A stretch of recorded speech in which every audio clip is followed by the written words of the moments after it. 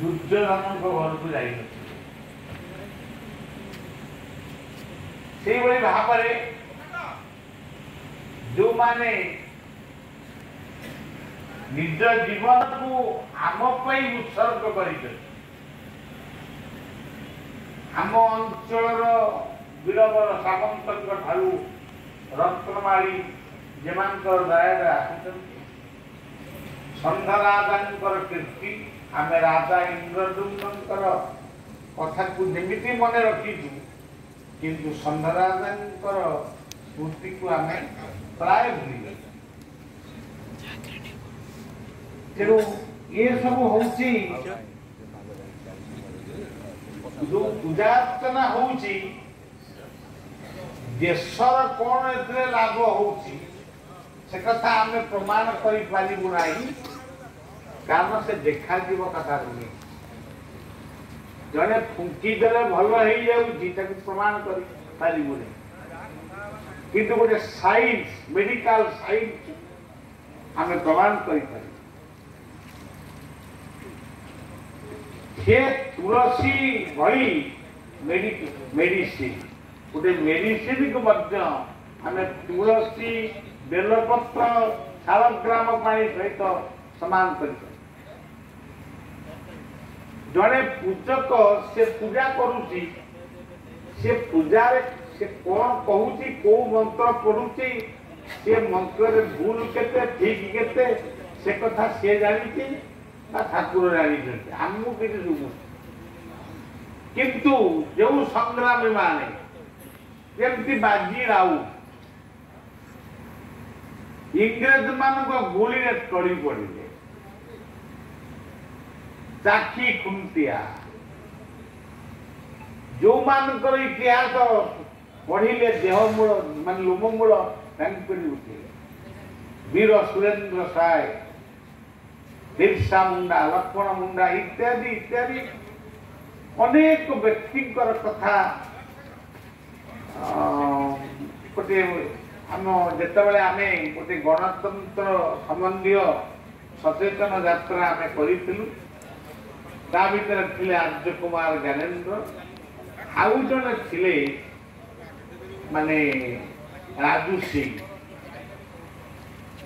आज राजू सिंह नहांती आज ज्ञानेन्द्र कुमार आज भी अच्छा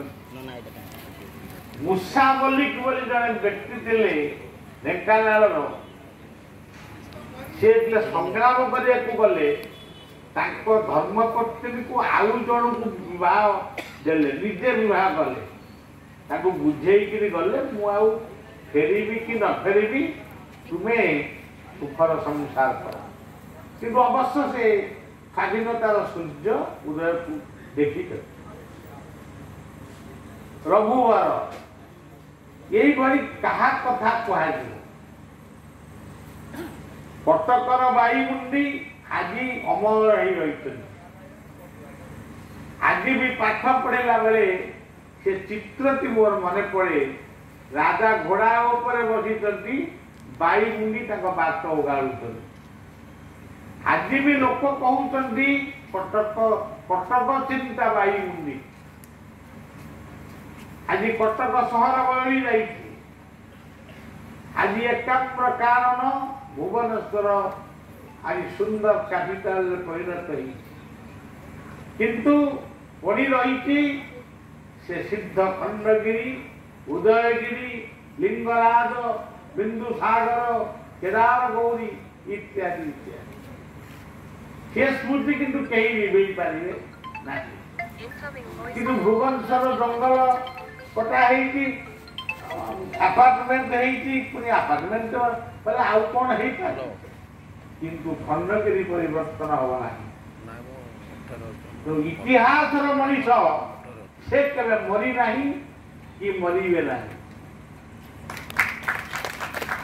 से मरी नाहांती मरी जदि कहवा बहुत बड़ पाप हम लिभि लिभि आसे जीवन प्रदीप सरी सरी आसे आयु ये मोर संसार विदाय पूर्व ये कि संत कथा आज कर्मवीर गौरी शंकर बंची आज फकीर मोहन सेनापति 6 मास 8 बंची ना केन्दुधर धरणीधर ना बंची ना कई मरी ना मरीची दुर्नीति मरीची भ्रष्टाचार मरीची पराधीनतार बराड़ ये सब मरी गई आउ जी रही से मरबे सुभाष बोस आज भी लोके कहते से बंची प्रकृत बंची ना किंतु तांकर स्मृति अमर माने ग्लानि मुक्त अमर मुक्ति से पाइछन्ति अछन्ति रहिबे उत्कल गौरव मधुसूदन ये ख्रीष्ट धर्म पालन करी ख्रीस्टियान धर्म भीतर प्रवेश कर जगन्नाथ वकिलाटी कर दिव्य सिंह देव राजा आम ठाकुर गजपति को जो सम्मान मिलवा कथा इंग्रेज सरकार उच्छेद करुवा बेले मधुसूदन उत्कल गौरव मधुसूदन आईन जुक्ति पूरी गजपति ठाकुर राजा को प्रतिष्ठा कले ये मनीष एवं कि ना मुझे नहीं फिर तो सन्थ भीम भोई ना ये कहते मो जीवन मध्य रखे पड़ी जाए जगत उद्धार हो जो गोपबंधु कहते जई मुई खाई भारत भय मणि भी मुझी पूर्ण निरांत यही भाव सबू कथा जो मैंने आह्वान देते मुझे शुणी देखी जे हाथ में लुण धरी माड़ खाई देह रक्ताक्त हो जाए लुण मुठा को छाड़ी ना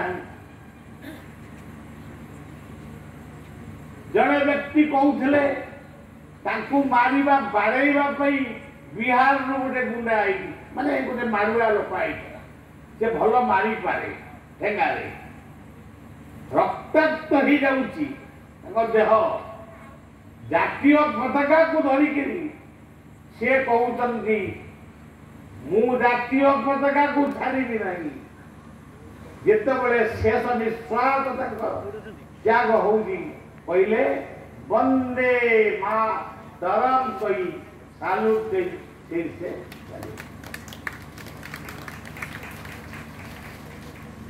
हे जगन्नाथ राष्ट्र देवता तांकरी पादरे आज बड़ियार से कथा से प्रार्थना से को फेरे आड़ पुणी से गढ़े नुआ दुनिया स्वाधिकार स्वाधीन पूर्ण भारत वर्ष को आउरी स्वाधीनता देवे आउरी स्वाधिकार देवे पुणी आउ थे शुभ कोटि कोटि जनता मुखर जय हिंद वंदे मातरम से दिन को अपेक्षा करूँ आम करूँ तो देखू कि ना आम कहींपारू नहीं थे कहली जी बसुँच समस्त शालग्राम तेणु मुझालग्राम को मु गोटे छोटिया शालग्राम हेले भी मु शालग्राम कथा वर्णना करी